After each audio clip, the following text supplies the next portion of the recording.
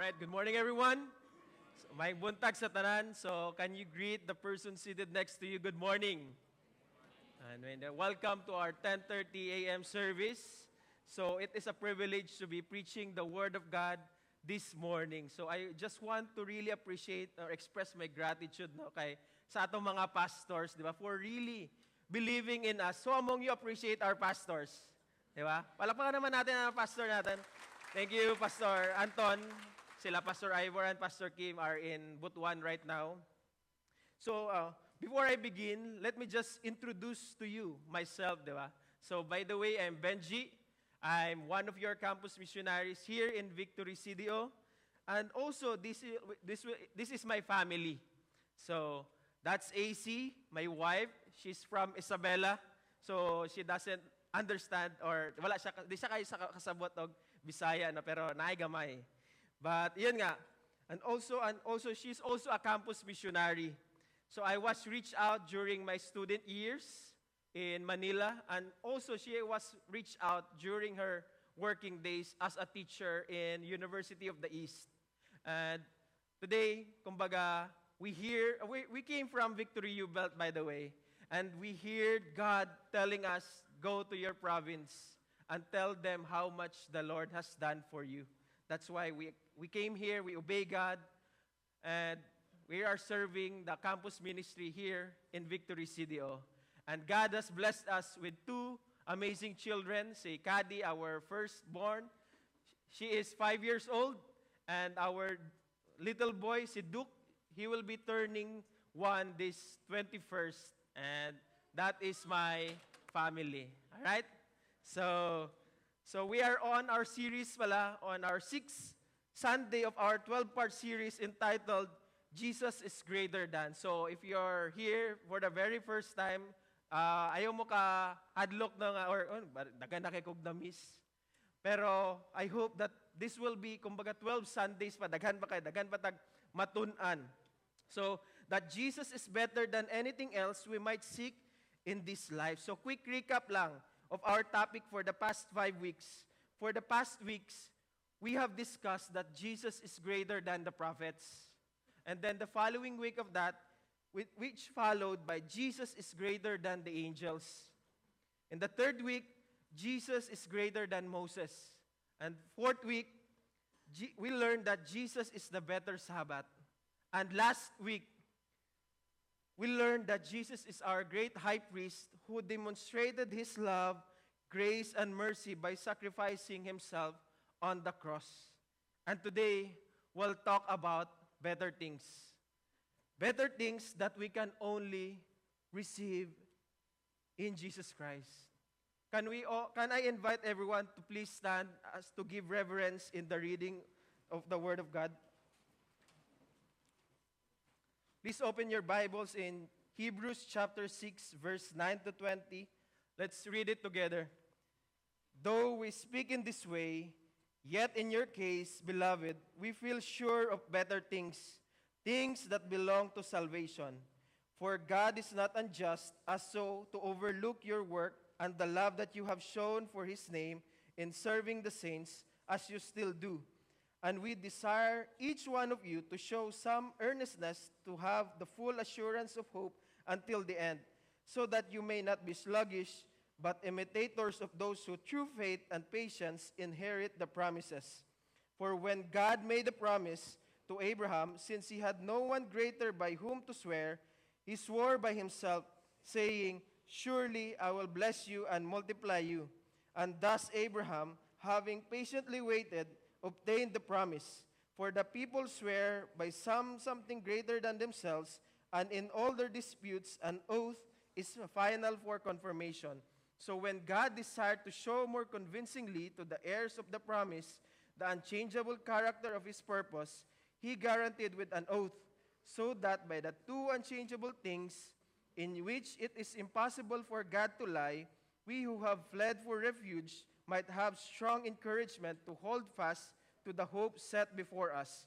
We have this as a sure and steadfast anchor of soul, a hope that enters into the inner place behind the curtain, where Jesus has gone as a forerunner on our behalf, having become a high priest forever after the order of Melchizedek. This is the word of the Lord. Let's pray. Lord, we thank you, God, for the reading of your word, Lord God. Lord, I pray that let the preaching of your word, Lord God, penetrates in our hearts, Lord God. And Lord, I pray that you will speak to us, Lord God, clearly, personally, Lord God, so that we will gonna embrace who you are in our lives, Lord God, that the better things, Lord God, that you offer, Lord God, is better than the things that the worlds offer, Lord God. Lord, I pray that let your word be true to our lives, Lord God. In Jesus' name I pray. Amen and amen. So you may now take your seat. So, background lang no sa atong gibasa. So the book of Hebrews was written to encourage the Jewish Christian who were undergoing persecutions. They were killed, they burned alive, martyred, and had their property because of their faith in Christ.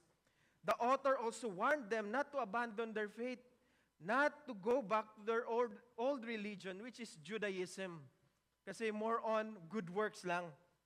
That is why the author of Hebrews is saying that Jesus is better, superior, greater, incomparable, and greater than anyone or anything in this world. From understanding and experiencing the being and doing of Christ in our lives, the author wants to shift our focus to the result and what they can do about it. He wants them now to be encouraged, He is saying them, in your case, we are sure of better things. What? Better things? Di ba? Gina-persecute ba ko? Das napag better things? You see, when someone is facing difficulties in life or has ongoing hardship, it is difficult to encourage them, don't we, di ba? Narag, lisod kayo encourage them. Saan ka na ako ni ugsulod ba? Marag, ay na lang. Di na lang, kay maulaw ko, di ba? But here, the author encourages them to look at what Jesus did rather than what they are facing because there are better things in following Jesus. There are better things in following Jesus. How many of you here nakakaon na og buffet? Taas kamat, di ba? Ikaw ang nang libre or ikaw ang gilibre? Di ba? Diba? Unya, kaon ka sa Yakimix, o kaya sa Vikings, o kaya sa Gaisano, di ba? Buffet sa Gaisano, barato na, lami pa. Ayan, di ba? Guys, naana mo yung idea, unya, kung asa mo makaon, no? But di ba, pag sa buffet, we know that we can eat all we want, right? Di ba? Walay limit ato. We can eat. But how many of you here, you only eat what you like? Di ba? Like, siomai o rice lang, na feeling nimo better ang siomai o rice sa lechon, di ba?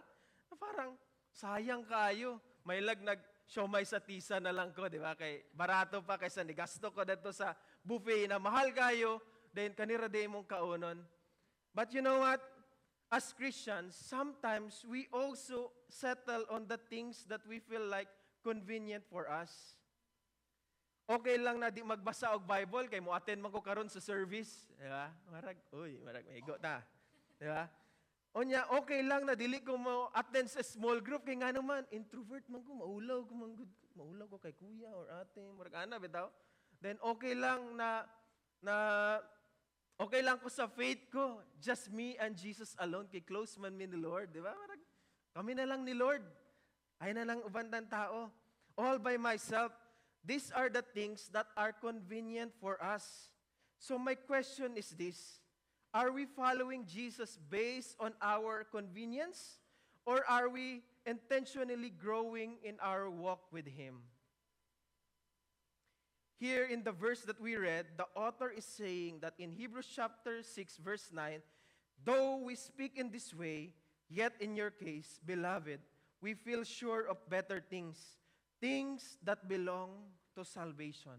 So what do you mean by that? Better things following in Jesus.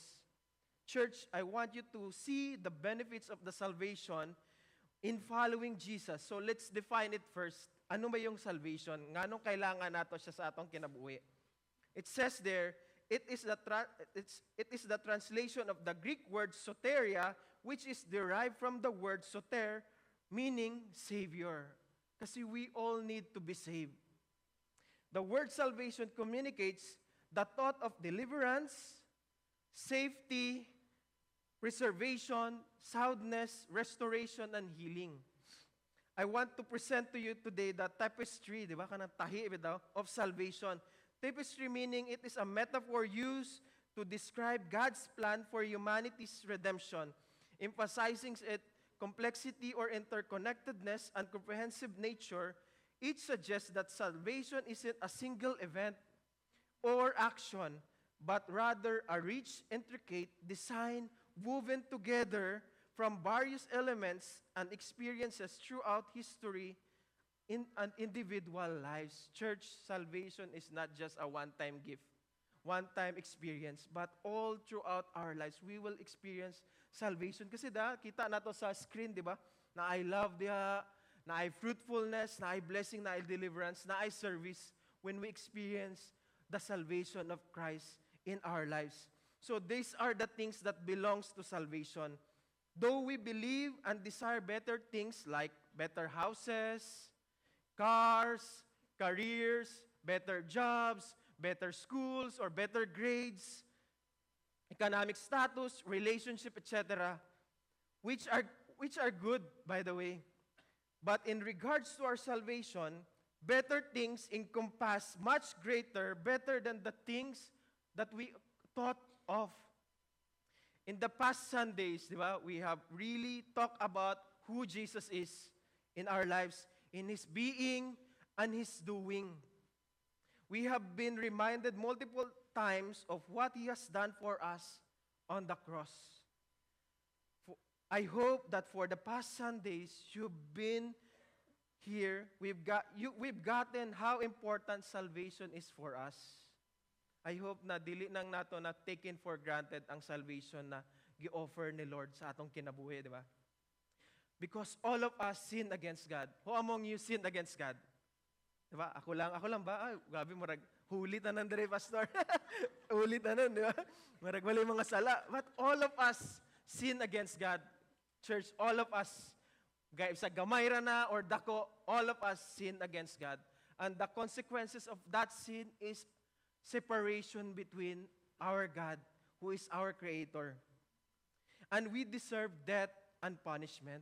Dapat kita to ang gipako sa cross kasi kita man ang nakasala. Dapat dili si Jesus, dapat kita. And that, kumbaga, deserve nato to, punishment and deserve death. So we can't do anything about it by how much we read the Bible from cover to cover. Nag-serve ko diri sa ministry, di ba? Nag-serve ko diri sa music team, ga-usher pa ko, ga-welcome pa ko, ga-tech pa ko, di ba? Magbantay pa ko sa kids. Those are good things, church. Or gahatag ka sa imong tithes. Those are good things. But dili na to ma-earn ang approval of salvation ni God through the good works we do. Because we sinned against God. Only Jesus Christ can save us by dying on the cross for each one of us. Si Jesus lang. Kumbaga, si Jesus lang sapat na. That is why we need the salvation of Jesus, because Jesus is the only one who can save us from our sin. His finished work on the cross brings forgiveness, healing, restoration, provision, victory over death, and most importantly, it brings us a closer relationship with God. And this salvation, we didn't earn it or work for it. It is a gift from God in Jesus Christ.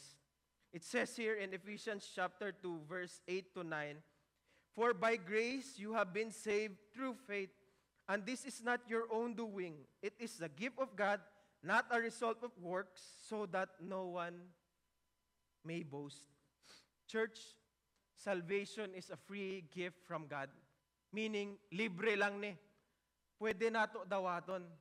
Because, di ba, pag gift, someone paid for it in order for you to receive it. How many of you here receive a gift from someone? Taas kamat? Or, bisag siguro ko pangutana, di mo taas o kamat, di ba? Pero how many of you here receive a gift from someone? Di ba? Di ba, pag makaka-receive ka o gift, di ba parang you feel love or you feel valued, di ba? Sabi, no? I don't really deserve this, but you give it to me. But you know what? Someone paid for that gift in order for you to receive it and to enjoy it. Same goes with our relationship with God. Jesus Christ died for you and me on that cross in order for us to be saved, and it has been given to us freely. But the question is, are we willing to receive that gift of salvation? What, kumbaga kung sige, offer ni Jesus sa atong kinabuhi. Because understanding salvation means having a close relationship with Jesus, and as you value what Jesus did for you on the cross, we will also value our salvation. So for me, what is the one of the gifts God has given me is my family. I want to really value my family because it is a gift from God. So dili na ako gusto nga magkasakit sila or dili na ako gusto nga ma-aksidente sila kasi I really value them.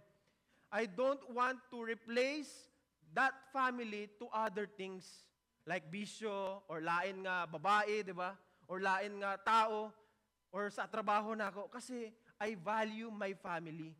Same goes with our salvation. I hope that we value the salvation, the finished work of Jesus Christ in the cross. Di ba? Even when you experience trials, challenges, and tribulation in this world, you will protect it even if the world will offer a lot of things in our lives. Di ba? Better career lagi, nagwapo nga cellphone ni, di ba? Or it's better sa estudyante, it's better to cheat than to repeat, di ba? Lord, makakasabot man ka, Lord. Pero I hope that we'll not do that. Di ba? So you will protect your salvation because that is a gift from God, and that gift brings us to our relationship with God. Di ba? Grabe, no? Na Lord, wala na ko'y gibuhat. Sinner na gani ko, pero gihatag ni mo imong anak para sa ako ang masave. Then karon close na ta, Lord. Grabe, no? Murag, we don't deserve that. But because of God's love for us, He sent His Son, Jesus Christ, to die for us on the cross. So here, the author of Hebrews want to encourage the persecuted Jewish Christian to understand that they have already received salvation. Hey, you received salvation. Yes, you will experience trials and challenges, but don't trade that to anything, to anyone, because Jesus is better and there are better things that Jesus can offer to you. Diba? And what should be the response to salvation? Because if we read the following chapters of this book in Hebrews chapter 10, verse 32 to 34, wala na sa akong screen, the author is reminding them to recall the time they were enlightened, they had an encounter, they were moved, they are compassionate and on fire for God. Kasi church, pag ma-receive nato ang salvation ni Lord bitaw, dili lang ta magstay nga, okay lang no, save naman ko. But it moves us to be compassionate to other people, to reach out to them, to text them, to invite them to church. Kasi na-experience ni mo ang love ni Lord. Dili lang nato pwede nga, ako lang ni. But God wants us to go there, to preach the gospel in or out of season. Kasi mauna ang gusto ni Lord sa ato nga. Dili lang ta na masave, but also our family, our friends. Di ba, one day, pag mamatay na ta dere, gusto ba ka nga ikaw lang enjoy sa heaven, then imong family, imong mama or papa, imong manghod, they are in hell because you did not preach the gospel to them? Di ba, we don't do that. We don't want that, di ba? We want to preach the gospel because we want them to know who Jesus Christ in their lives. So in verse 10, for God is not unjust to overlook your work and the love that you have shown for His name in serving the saints as you still do. God knows, God is not unjust, God does not overlook. Church, again, di ba? Saved na ta, naila na nato si Lord.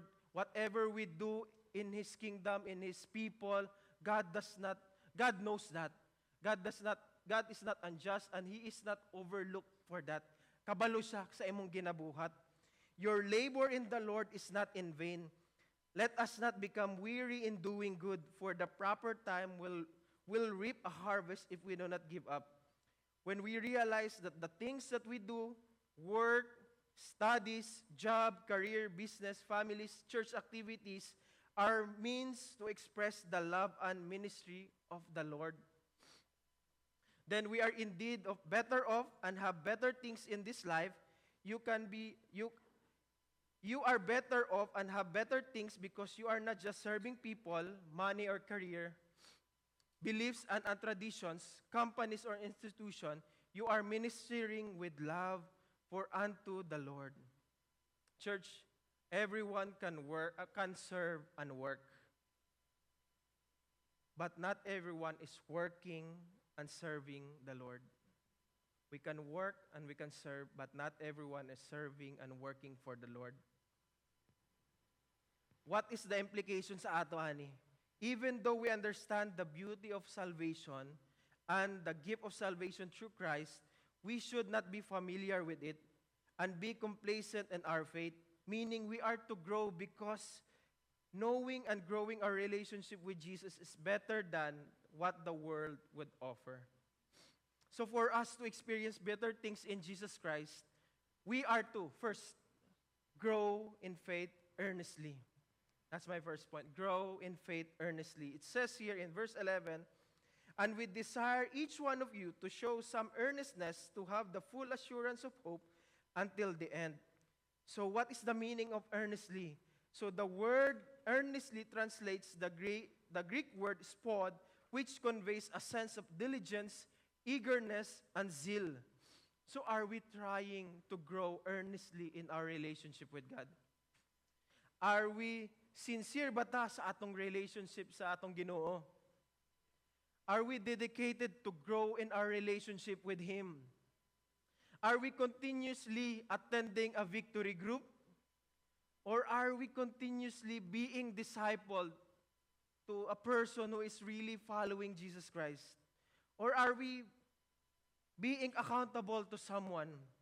And are we continuously growing our faith in God, being connected to this community, church, in our relationship with God?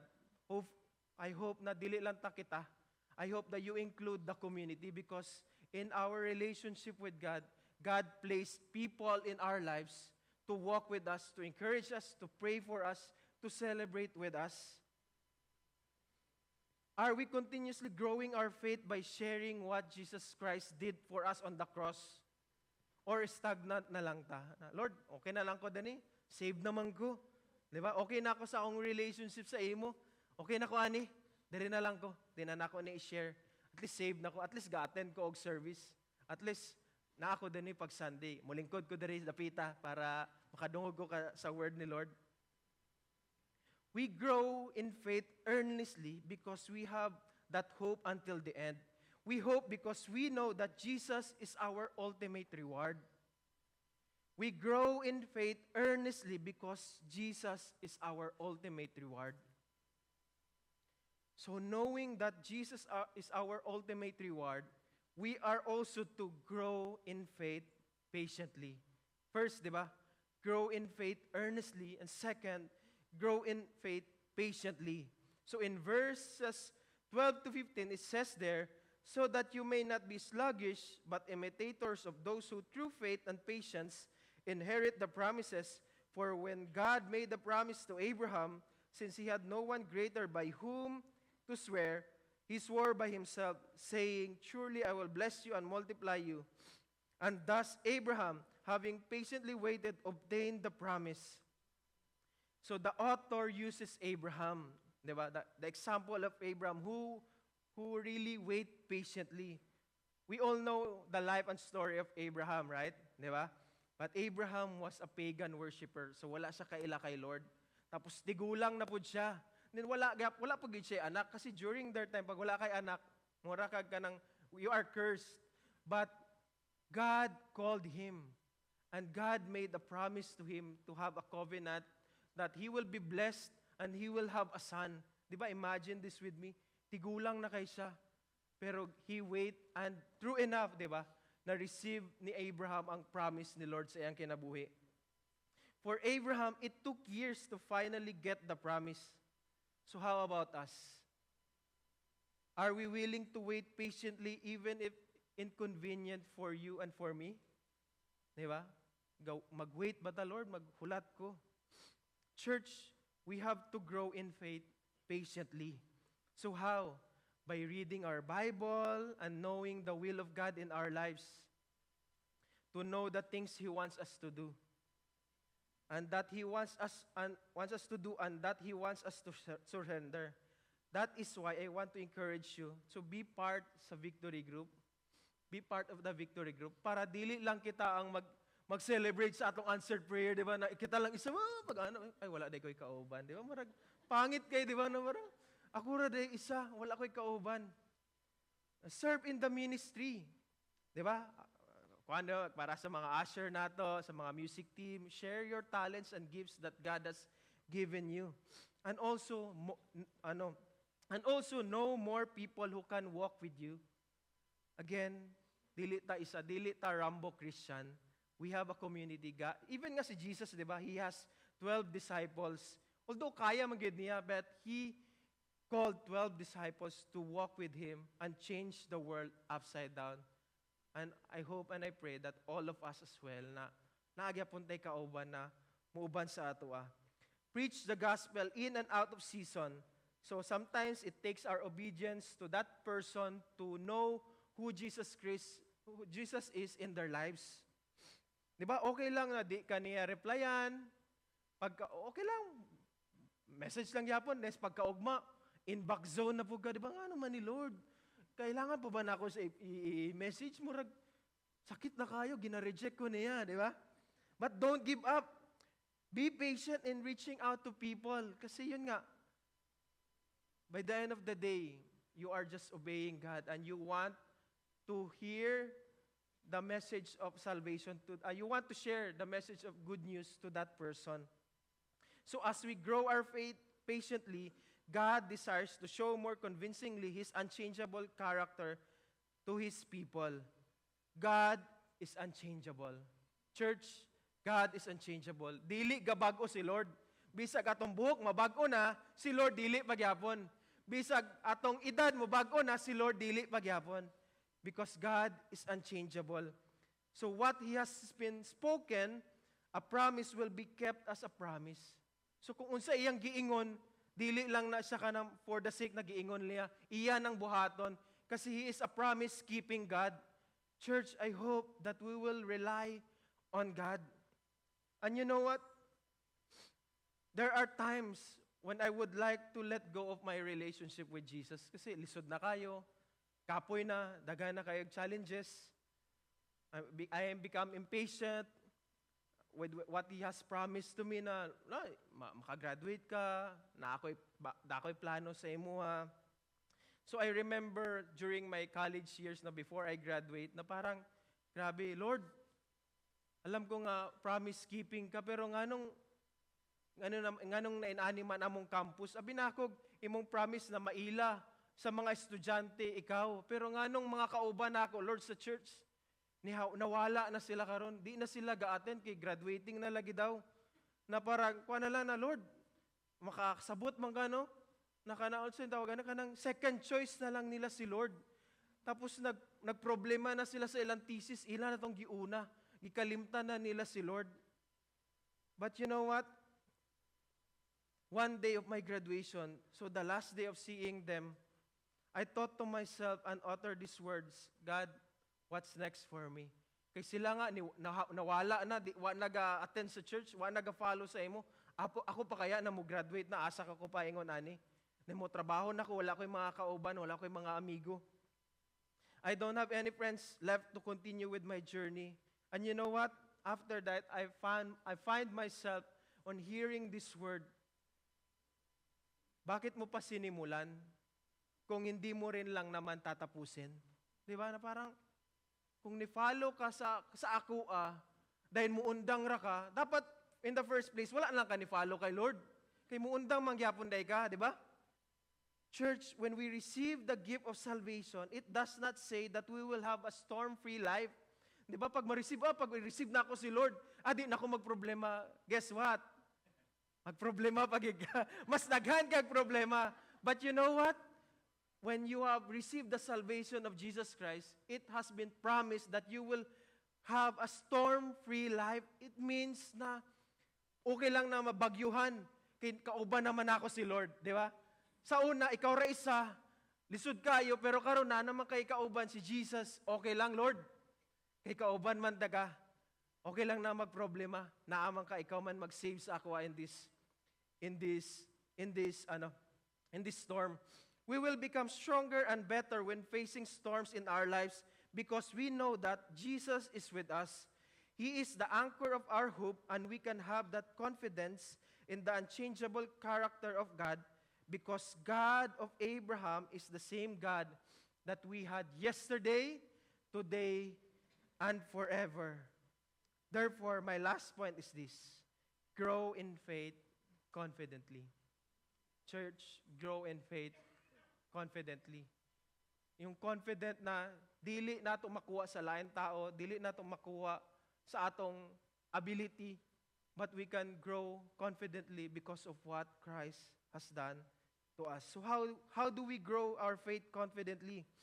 We have to be convinced of the promises of God and of what Jesus did for us, for you and for me. So how does Christianity look in all aspects of my life since Jesus is being better affects all that? Diba? Are you convinced that Jesus loves you? Diba? That's why He died on the cross for you. Jesus loves you. That's why He died on the cross for you. I hope that we are convinced, because if you're not, I want to encourage you that even before we were sinners, Christ died for us. Bago pa man natin malaman ang salitang pagmamahal at mga kahulugan nito, Jesus shows that love on the cross for us. Let us not forget that. Church, let us not forget that Jesus loves us. So it says here in verses 17 to 20, so when God desired to show more convincingly to the heirs of the promise the unchangeable character of His purpose, He guaranteed it with an oath, so that by the two unchangeable things in which it is impossible for God to lie, we who have fled for refuge might have strong encouragement to hold fast to the hope set before us.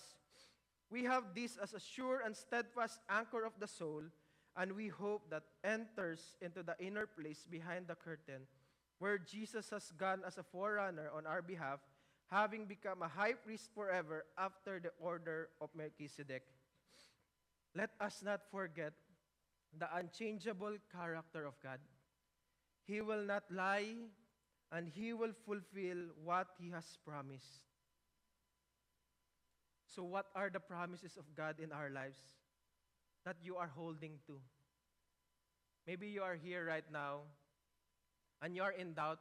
Lord, nabagay kay promise ako ah. Church, I want to encourage you to get a Bible. Buy a Bible, because the Bible is the really best book of this world. And you know what? In the Bible, there are 3,000 plus promises of God in our lives. So naalang kay isa nga panghawakan na to, hold on it, because God will fulfill His promise. That's the assurance that we have in God, kasi He is unchangeable. He is a promise-keeping God. I hope that we will find time to read and seek the Word of God. I hope that we will not be the church that would just see Jesus when things are convenient for us. But even in the time of inconveniency of life, I hope that we will gonna see Jesus, that we would be intentionally grow our relationship with Him, because there are better things in Jesus that the world can offer. So as I end, as I call on the music team, I want to leave this to you. Receiving the best gift in life, which is our salvation, should make us grow our faith earnestly, patiently, confidently, which leads us to a life of absolute surrender before Christ. So if you're here right now, and you know that salvation, and you heard someone about salvation, or permina nimo gakadungog ang salvation kay ga-attend man ka diri sa church, but you haven't understood what it means to receive salvation and the benefits of knowing salvation by surrendering our life to Christ, I want you to know today that God is inviting you to have a relationship with Him and experience a better life than the world can offer. As all heads bows and eyes close, I want to encourage you, if you believe that God wants you to experience better things in life, it starts with a relationship with Him. If you are here right now, either bago lang ka diri sa church, or karon lang ka naka-attend kay gi-invite ka sa imong friends, sa imong classmates, or sa imong parents, or sa imong relatives. Pero wala pa nimo na receive ang gift of salvation na gina-offer ni God. I want to encourage you, if you want to know and experience Jesus Christ in your life, I want you to stand on your feet and come here in front. Come here in front and as an act of humility, as an act of obedience, as an act of courage, and publicly declare and surrender your life before God. If that's you, I want to receive the gift of salvation. Stand up and come here. Even ikaw nga nasa overflow room will take time to come here. Even sa kanang parents lounge. Pag wala pa nimo na-receive, wala pa nimo na naintindihan ang salvation ni God, stand up on your feet and come here in front. I would really challenge you. Don't mind the person seated next to you because this is between you and God. Kasi the world can offer a lot of things, but in Jesus, there is better things. Diba? Ayaw mo kaulaw. Kasi relationship nato ni kay Lord. If that is you, I want to challenge you to come here in front.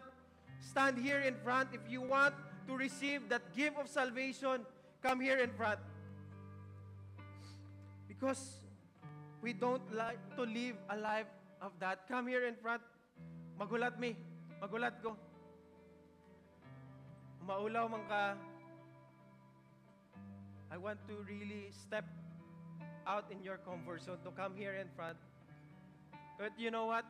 Kasi when you surrender your life to Christ, the Bible says, there is more rejoicing in heaven when one soul repents of their sins. If that is you, I would love to challenge you, no? Ani diri sa tubangan, naana diri na ako yung nakita pero gakaulaw siya. Okay lang. Ani lang diri kasi it's your relationship with God. Walay maka-offer ana imong career, imong trabaho, imong family. You cannot save yourself through the good works that you do. Only Jesus Christ. Come here in front. Kasi if you want to grow in your relationship with God, you don't want to live a life of sin anymore. I don't want to be stagnant in my faith. I want to experience better things because you alone can give. Come here in front. O ikaw po nasa overflow. Kung gusto niyo, ani ka diri sa tubangan. I want to experience better things that you can only give. I want to challenge you, di ba? Kasi there is more rejoicing in heaven if one people repents of their sins. And I want to really encourage you that to really also pray this prayer with me. Lord Jesus, I know that I have sinned against you. Lord, I'm sorry. I want to turn away from everything the Bible calls sin. And I want to receive you as my personal Lord and Savior. Help me, Lord, to obey you, to love you, to serve you for the rest of my lives. Even if, lisod, there will be challenges, there will be trials, Lord God. Lord, I will still hold on to your promises because you are a faithful God. Thank you, Lord. In Jesus' name, amen. I just want to pray for you guys. Lord, thank you, God, for these people, Lord God, who really surrendered their lives to you, Lord God. Lord, I pray that all the more, Lord God, as they receive you as their personal Lord and Savior, Lord, I pray that you will surround them with people that will help them understand what they did, Lord God, what their, kung sailang gibuhat, Lord God, accepting you as their personal Lord and Savior. Lord, I pray that you will surround them with people that will explain to them what they did and to share to them what Christ has done in the cross in their lives, Lord God. And Lord, I pray na dili lang ni karon, Lord God, but all throughout their lives, Lord God, na mubalik sila diri, Lord God, and mag-invite sila og lain tao kay na-experience nila imong love, Lord God. Thank you, Lord. In Jesus' name I pray. Amen and amen. So, for all of us, can we all stand? And let me just pray. Why don't we do this, no? Why don't we raise up our hands as an act of humility and surrender before God na even if there will be trials and challenges that we will be facing, we will not trade the better things that God has already been offered to us to the things that the world can offer. Okay lang ba taas natin itong kamot? And let me just pray for you. Lord, you see these hands, Lord God, raising before you, Lord God, is an act of humility, Lord God, knowing that we will depend on you all the more, Lord God, because you save us, you love us, you care for us, Lord God. Lord, I pray that we will not trade better things of this world can offer, Lord God, because there is better things in you, Lord God. The salvation that we can only be found in you, Lord God. Lord, I pray that you will allow us, Lord God, to see beyond things, Lord God, that we could even imagine, Lord God, that we can think of, Lord God, because you are with us, Lord God. You will remind us of your promises. You will remind us of your unchangeable character, Lord God. Lord, I pray that we will put our faith and hope and trust unto you, Lord God, every single day of our lives, Lord God. Thank you, Lord, for these people, Lord God, who are really sold out, Lord God, in following you, honoring you in their lives, Lord God. In Jesus' name I pray. Amen and amen. Let's worship.